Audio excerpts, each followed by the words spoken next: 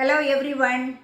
நம்ம ஈஸியாக ஆங்கிலம் பேசலாங்கிற சீரீஸில் இன்றைக்கி நம்ம என்ன பார்க்க போகிறோன்னா, ஒரு சென்டென்ஸை உருவாக்குறதுக்கு ஒரு சின்ன டிப்பு அல்லது ஒரு ஃபார்முலா அல்லது ஒரு சீக்ரெட் இருக்குதுன்னு சொல்லலாம். சரியா? அப்போ ஒரு சென்டென்ஸ் வேணும்னா நமக்கு என்ன வேணும்னா, ஒரு சப்ஜெக்ட் வேணும், ஒரு வெர்பு வேணும். இந்த ரெண்டு இருந்தாலே ஒரு சென்டென்ஸை உருவாக்கிடுவோம். சரியா? இப்போ நான் படித்தேன் என்ன சொல்வீங்க? நானுக்கு ஐ போட்டுருவீங்க. படித்தேனுக்கு என்ன போடுவீங்க? பாஸ்ட் டென்ஸ் ஸ்டடீட்னு போட்டுருவீங்க. I studied. ஓகேவா? அதே மாதிரி அடுத்தது நான் போனேன். I went.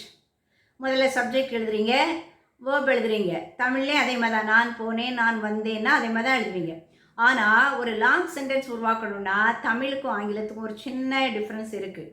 நம்ம தமிழில் இலக்கணம் படிக்கும்போதே நமக்கு சொல்லி கொடுத்துருப்பாங்கள்ல, பொருள், இடம், காலம்னு ஒரு வேர்ட் சொல்லியிருப்பாங்க. அதில் இந்த பொருள், இடம், காலம் எப்போதுமே கடைசியில் வர்ற மாதிரி நம்ம இங்கிலீஷில் ஃப்ரேம் பண்ணிக்கணும். சப்ஜெக்ட் வெர்ப் இருந்தாலே நீங்கள் சென்டென்ஸை நீங்கள் என்ன செய்துக்கலாம், ஃப்ரேம் பண்ணிடுவீங்க. எல்லாத்துலேயும் என்னது, நான் சாப்பிட்டேன், நான் தூங்கினேன், நான் எழுதினேன்னு அப்படி இருக்காது. சில டைமில் என்ன இருக்கும், இப்போ நான் படித்தேன், ஐ ஸ்டடீட் போட்டுருவீங்க. அப்புறமா என்ன படித்தாய்? ஆங்கிலம் படித்தேன். அப்போ எப்படி எழுதுவீங்க? தமிழில் நான் ஆங்கிலம் படித்தேன்னு சொல்வீங்க. ஆனால் இங்கிலீஷில் எப்படி எழுதணும்னா, நானுக்கு ஐ போட்டிருக்கீங்க.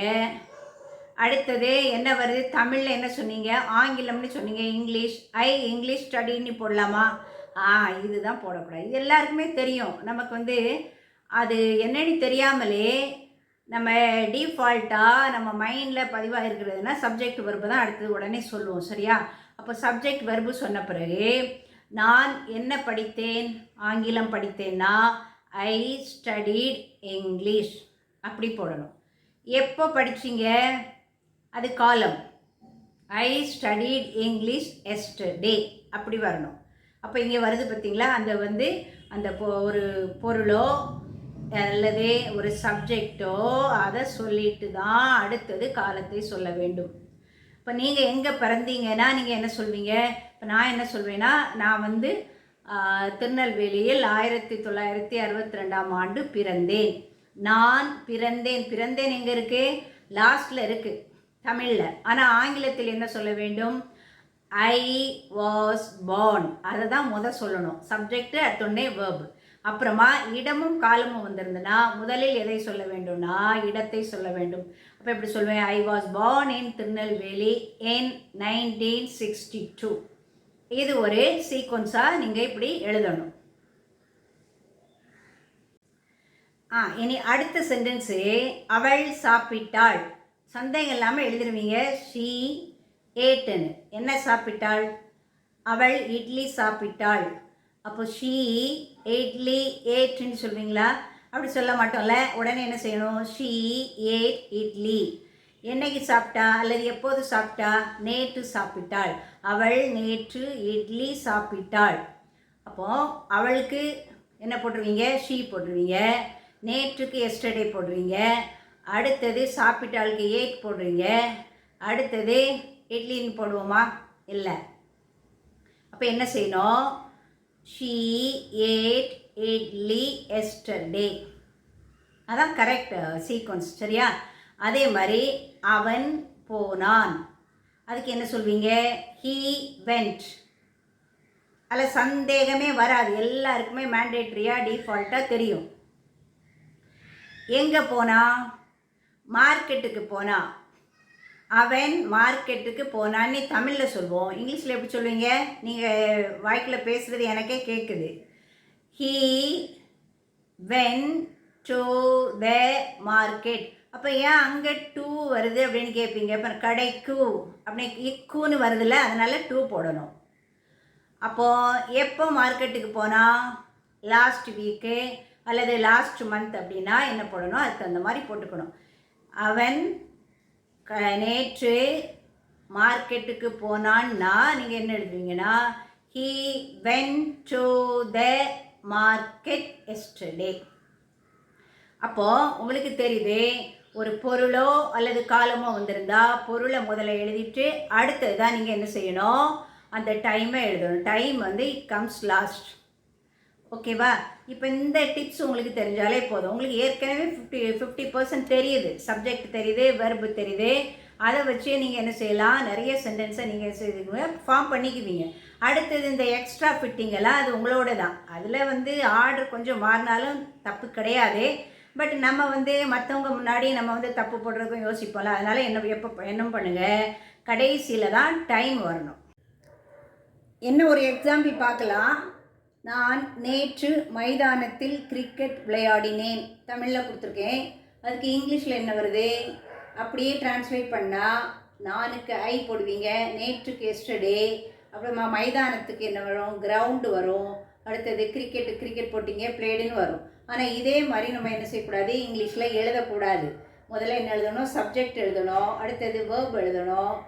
ப்ளஸ் அடுத்தது ஆப்ஜெக்ட் இருந்தால் ஆப்ஜெக்ட் எழுதணும், அல்லது அந்த பிளேஸ் இருந்தால் பிளேஸ் எழுதணும். அடுத்தது தான் டைமு. அப்போ இங்கே நீங்கள் என்ன பண்ணுறீங்க, ஐ வந்து சப்ஜெக்ட் போட்டுருவீங்க. அடுத்தது என்னது, வேர்பு வந்து பிளேடு. ஐ பிளேடு. என்ன விளையாண்டா, கிரிக்கெட்டுன்னு இருக்குது, கிரிக்கெட். எங்கே விளையாண்டா, அது பிளேஸு. On the ground.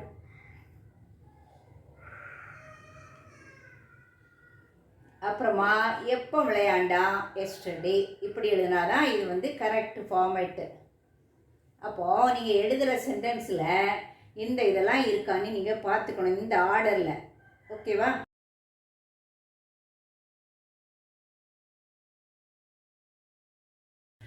அவள் நேற்று கீயை ட்ரெயினில் தொலைத்து விட்டாள். இதுதான் அந்த தமிழ் சென்டென்ஸு. இதுக்கு நீங்கள் இங்கிலீஷில் எழுதணும். அதுக்குள்ள ஃபார்முலா என்னதுன்னா, சப்ஜெக்ட் எழுதணும். இதில் சப்ஜெக்ட் எது, அவளுக்கு என்ன போட்டுருவீங்க, ஷீ போட்டுடலாம். அடுத்தது வேர்பு வந்து தொலைத்து விட்டாள் அப்படின்னா லாஸ்ட், LOST. அப்புறமா பொருளுக்கு என்ன பொருளை தொலைச்சா, கீயை தொலைச்சா, ஷீ லாஸ்ட் கீ, அல்ல த கீ எல்லாம் ஏதாவது போட்டுக்கலாம், லாஸ்ட் த கீ. அடுத்தது இடம், எங்கு தொலைத்தாள், ட்ரெயினில், இந்த ட்ரெயின்.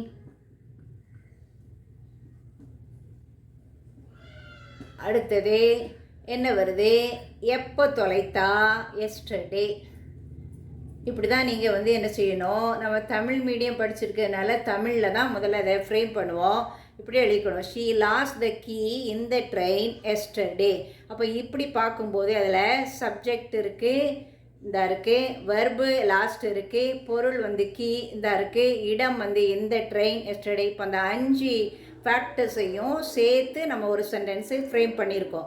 இது மாதிரி தான் நீங்கள் வந்து சின்ன சின்ன SVல ஃப்ரேம் பண்ணலாம், அல்லது SVOல அப்படி சின்ன சின்னதாக ஃப்ரேம் பண்ணி லாங் சென்டென்ஸையும் உருவாக்கலாம். என் அப்பா கடந்த வருடம் எனக்கு ஒரு பேனா ப்ரெசென்ட் பண்ணினார்கள். இதை நம்ம எப்படி எழுதலாம்னா, ஃபஸ்ட்டு வந்து சப்ஜெக்ட் வந்து என் அப்பானா என்னது, மை ஃபாதர். அடுத்தது ப்ரெசென்ட் பண்ணாங்கன்னா ப்ரெசென்டட்னு நீங்கள் போட்டுடலாம். ப்ரெசென்டட், என்ன ப்ரெசென்ட் பண்ணாங்க, ஒரு பேனா. Presented a pen. யாருக்கு ப்ரெசென்ட் பண்ணாங்க, எனக்கு, டு மீ. அடுத்தது எப்போ ப்ரெசென்ட் பண்ணாங்க, கடந்த வருடம். அப்போ என்ன எழுதுவீங்கன்னா லாஸ்ட் இயர்னு எழுதணும். My father presented a pen to me last year. இதை இன்னொரு வகையிலும் எழுதலாம், my father presented me a pen last year அப்படியும் எழுதலாம். ரெண்டுமே கரெக்டு தான். ஆனால் நீங்கள் எழுதும்போது சப்ஜெக்ட் இருக்கணும், வெர்பு இருக்கணும், அடுத்தது ஆப்ஜெக்ட், கடைசியில் தான் காலம் எழுதணும். இதே மாதிரி நீங்கள் எழுதி பழகுங்க, அதை சொல்லி பாருங்கள். நீங்கள் சீக்கிரமாக ஆங்கிலத்தில் பிழையின்றி பேச கற்றுக்கலாம். கோத்ரூ பண்ணுங்கள். நான் அடுத்த வீடியோவில் நம்ம மீட் பண்ணலாம். டில் தென், பை ஃப்ரம் அன்ன புஷ்பம். தேங்க்யூ.